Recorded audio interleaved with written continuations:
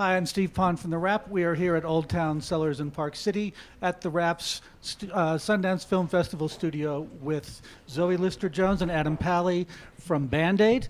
Zoe, you wrote and directed this film. You two star in it as a couple who decide that becoming a band together is the way to help a relationship. Mm-hmm. I sort of thought that if you were making music together, you chronicled how your relationship was going bad. I didn't think that it worked the other way around. Yeah, it's a little something I like to call karaoke. Yeah, it's about kind of finding ways to channel all of the historical grievances you have with your partner through music, which music is therapeutic, and we certainly had a lot of fun playing live. We play all music live in the movie with Fred Armisen as our drummer, who is the only real musician in the movie. We just play them on camera. But yeah. Right. So you just play them on camera. Do you actually play your instruments on camera? Or No, we do. Yeah. We play music. We had to like relearn how to play music to keep up with Fred. But we play it live and real and sing it live and real, and it's scary. I learned bass for the movie. And Adam was in high school. I was in high school bands so guitar. he's a great guitarist, and I wouldn't say great, but he's like, I would say like John Mayer's here. You're like above just a tiny John. bit above. A bit above John, only in looks. Yeah, that's what I was talking about. Yeah. No talent. He has way below. Yeah. Right. So, Zoe, you have experience making art with your significant other. Mm-hmm. You've made Breaking Upwards. You've made films with your partner Daryl. I mean, was that a subject that just appealed to you to explore? Yeah, I mean, I think that there were a lot of factors at play in writing this script, both that were from my personal experience and also that were fictionalized. But I do think that being in a romantic relationship with someone that you're also creating art with is a very specific experience, and that was something that I wanted to mine in this. And I do think that it is deeply healing, but it can also be really, really complicated. But yeah, I think I definitely drew from it, although Daryl and I have never been in a band together, but never say never. Right. So had you played music at all? I mean, you said you relearned. I played music in high school bands. None were very good, but I oddly. What are the names of them? One was called Inbred Jed. The Isn't other. that redundant? A lot of people named Jed would take umbrage with that joke, my friend. And then I was in. Then the second band in high school that stuck around for a little was called Pure.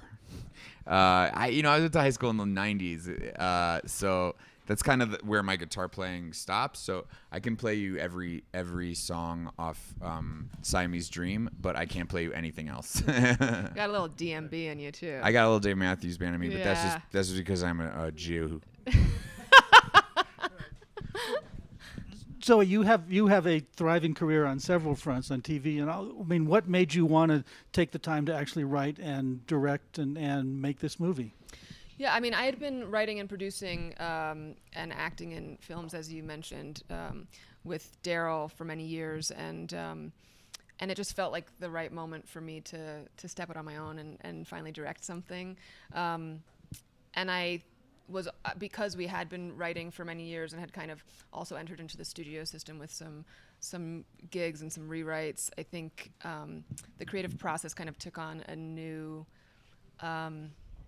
light for me, where it lost some of its joy and some of its purity. And so this film for me was something that I just wanted to have fun making, and that was really the biggest impetus, was to just go write something that I would have fun writing and then go direct it myself. And we had an all-female crew, which was really incredibly joyous as an experience, and an amazing cast. And it was really, it exceeded all of my expectations in terms of the pleasure I could feel in making art. So Adam, does an all-female crew change the vibe on the set? Yeah, it does completely. It makes it 100 million times better. Men are terrible, and if I could, I would only work with female crews for the rest of my career. So how did you get involved? Did you guys know each other? Or? We didn't really know each other. We had just kind of orbited each other in the same seen a little bit, and I was a big fan of her work from a show called Delocated, and we hung out at a party for like 10 minutes, and like a month later, she called me and asked if I wanted to be in a movie where I played guitar and sang, and I was like, yeah, I would love to do that. He got me a glass of water, and I was like so floored. That's like the state of chivalry right now. I was like, oh my God, who's that gentleman? And then I was like, do you want to be in a movie with me? So struggling actors, if you see Zoe Lister-Jones in Just public, just hydrate bring her a me. beverage, and Yeah. you'll be the lead of her next movie. Yeah.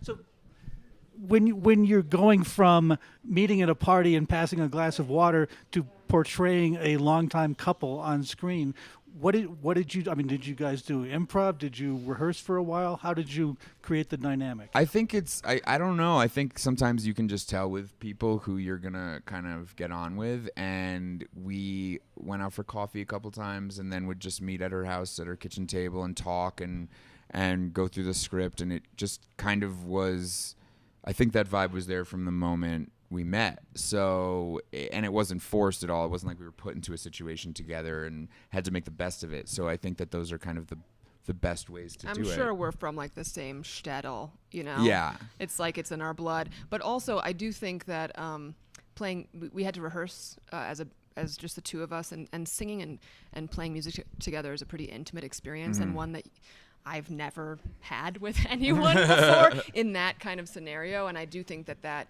definitely expedited the process of our comfort level together. So did you write songs to go with the film as well?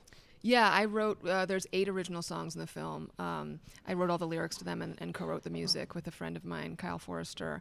And then we kind of just took them on and made them our own. Mm-hmm. Right. That must be a different dynamic from screenwriting. I mean, even though you're just a lyricist, you're not writing you're writing lines that have to advance the story in a certain way, but in a certain way they don't. I mean, is it a different sort of set of chops you need? I think it is. I mean, you have to be good at rhyming. That's a big thing. But no, I mean, I had written. I've been writing lyrics for a while, and so it's actually something that I have so much fun doing. Especially because most of the songs in this film have a comedic bent. There is a similar muscle in terms of writing comedic dialogue and comedic lyrics.